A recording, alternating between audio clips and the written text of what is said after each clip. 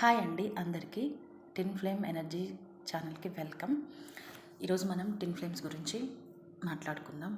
Tin flames science and symptoms ఎలా ఉంటాయో తెలుసుకుందాం.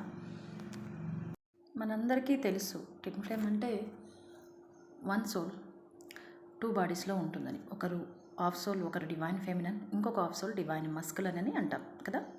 మరి చూడగానే తెలుస్తుందా మనకు తను టిన్ ఫ్లేము, అతను నా డివైన్ మస్కులన్ అని, మేమిద్దరం టిన్ ఫ్లేమ్స్ అని చూడడమే తెలుస్తుంది. అంటే చూడడం అయితే తెలియదు, కానీ ఒక డీప్ కనెక్షన్ అయితే ఏర్పడుతుంది.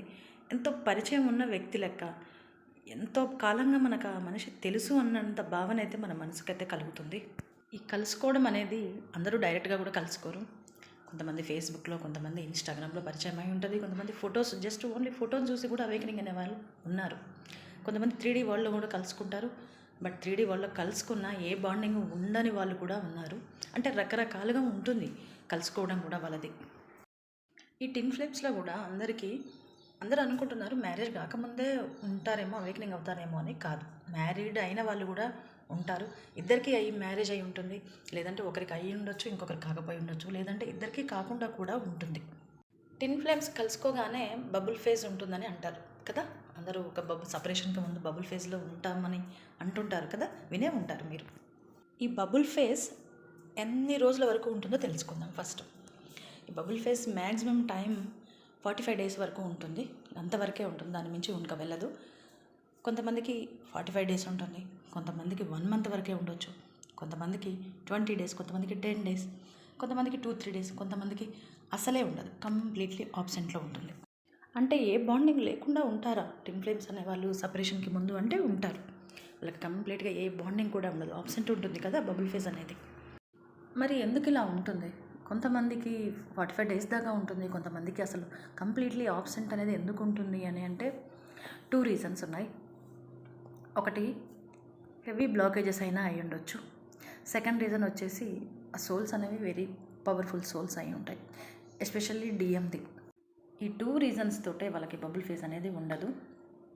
చాలామంది ఉన్నారు ఇలా బబుల్ ఫేజ్ లేని వాళ్ళు, టిన్ ఫ్లేమ్స్ కూడా చాలామంది ఉన్నారు.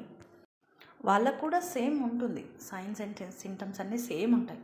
చూడగానే అదే లవ్ ఏర్పడుతుంది, వాళ్ళు అట్రాక్షన్ అనేది మా మిగతా అందరికీ ఎలా ఉంటుంది టిన్ ఫ్లేమ్స్కి, వాళ్ళకు కూడా సేమ్ ఉంటుంది. కాకపోతే ఈ బబుల్ ఫేజ్ అనేది ఒక్కటి మాత్రమే ఉండదు, వాళ్ళు మాట్లాడుకోవడం అనేది మాత్రమే జరగదు, అంతే. బబుల్ ఫేజ్ ఉన్న వాళ్ళైతే ఇంకా మాట్లాడుకుంటారు, ఫోన్ నెంబర్ ఎక్స్చేంజ్ చేసుకుంటారు, చూసుకుంటారు.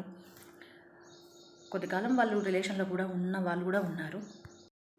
చూడండి ఎంత డిఫరెన్స్ ఉందో టిన్ ఫ్లేమ్స్కి అందరికీ కూడా. అందరూ టిన్ ఫ్లేమ్సే.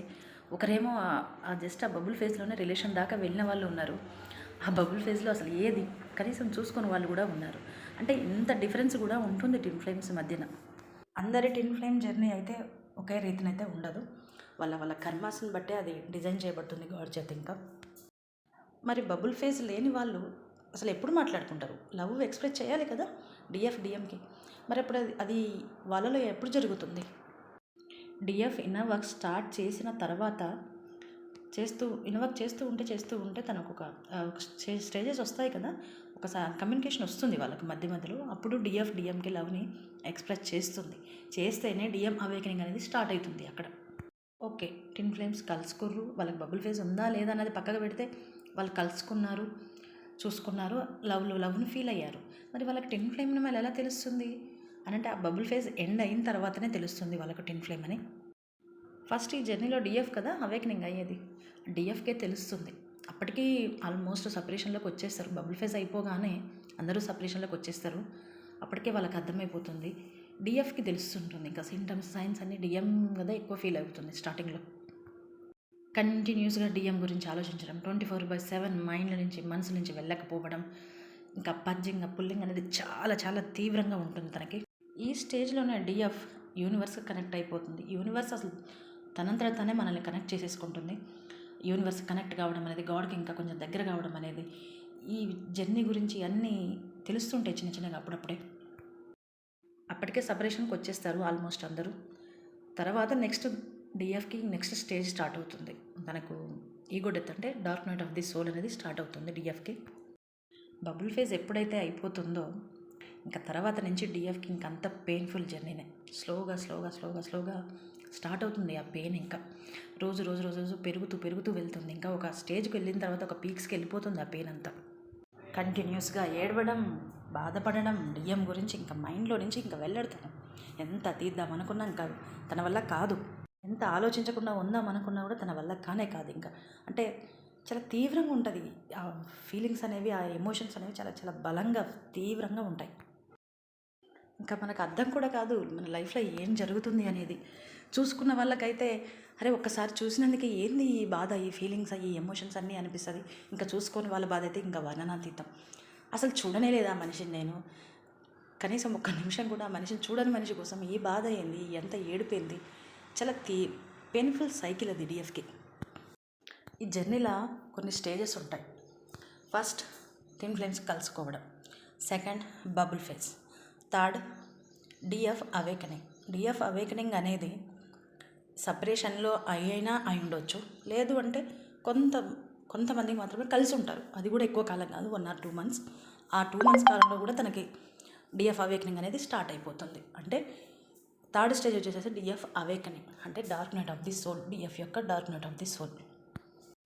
DF dark night of the soul ఎలా ఉంటుంది, అక్కడ ఏ సైన్స్ మనం చూస్తాం, ఎట్లా తెలుస్తుంది మనం ఈ ట్విన్ ఫ్లేమ్ జర్నీ అనేది ఎలా అనేది నెక్స్ట్ వీడియోలో తెలుసుకుందాం. మీకు ఒక విషయం షేర్ చేయాలి. నాకు కూడా లేదు బబుల్ ఫేస్ ఈ 3D వరల్డ్లో. నాకు సపరేషన్ అయిన తర్వాతనే నాకు అర్థమైంది ఇంకా నేను ఈ జర్నీలో ఉన్నాను అనేసి. సపరేషన్ అయిన తర్వాతనే కూడా నేను నా డిఎఫ్కి ఎక్స్ప్లెయిన్ చేయడం జరిగింది నా ఫీలింగ్స్ని. ఇన్నర్ వర్క్ అయితే కంపల్సరీ చేయాల్సిందే. డిఎఫ్స్ ఎవరెవరైతే అవేకనింగ్ అయ్యారో వాళ్ళైతే కంపల్సరీగా స్టార్ట్ చేయండి ఇన్నర్ వర్క్ని. ఓకేనా? ఈ వీడియో మీకు నచ్చినట్లయితే వీడియోని లైక్ చేయండి, షేర్ చేయండి, నా ఛానల్ని సబ్స్క్రైబ్ చేసుకోండి. ఓకేనా? అందరికీ బాయ్.